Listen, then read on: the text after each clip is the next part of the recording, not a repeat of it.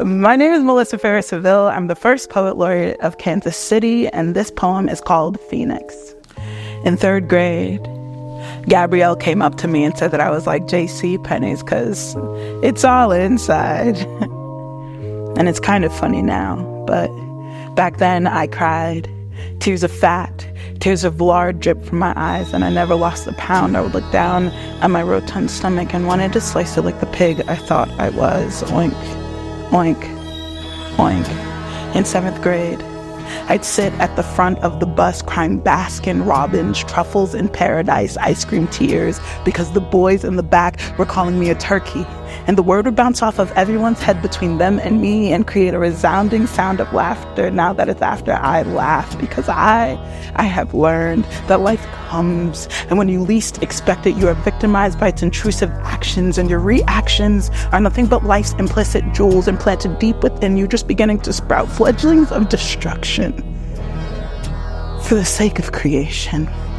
So when sorrow consumes you, and you are lost in a pit of disparity and oblivion, when your heart pumps liquid mercury and tears burn through your sandpaper corneas, when you begin dreaming of untimely endings and light no longer separates itself from darkness, remember those rules you once learned but failed to see its significance. Have every action, rising or falling, there's an equal and opposite reaction.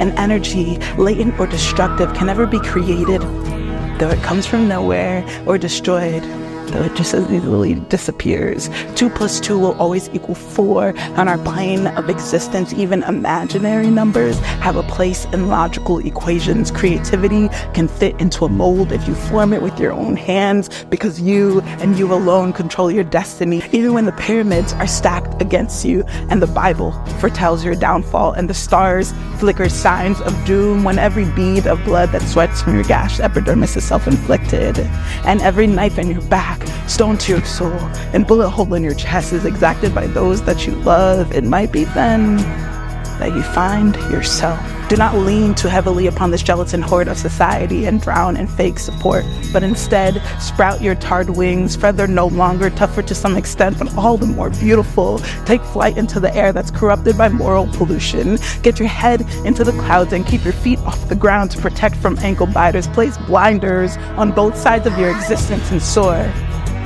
It has been said, you can't run away from your problems, so I guess what I'm suggesting here is you say forget it and fly. Defy every one of those rules you learn in your years of indoctrination. Whatever life deals to you, deal it back 10 times harder. Make an energy flux capacitor out of the nothingness in your heart. Make 2 + 2 equal 7 and call it art. Dream up imagined circumstances despite logical subjectivity. Refuse to place yourself into any mold and desecrate the name of creativity. Make them uncomfortable with your individuality. Suffocate them with your vitality. Know that your worth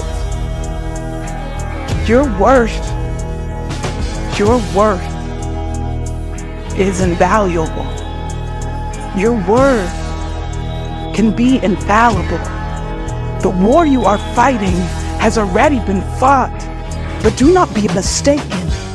Be yourself, because everyone else has been taken.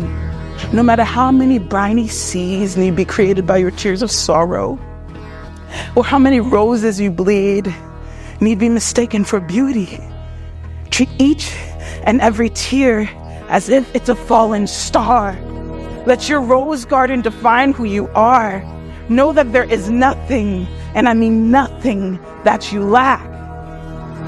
That way, when tomorrow comes, despite what anyone else says, you can look into the mirror and be proud of the person looking back.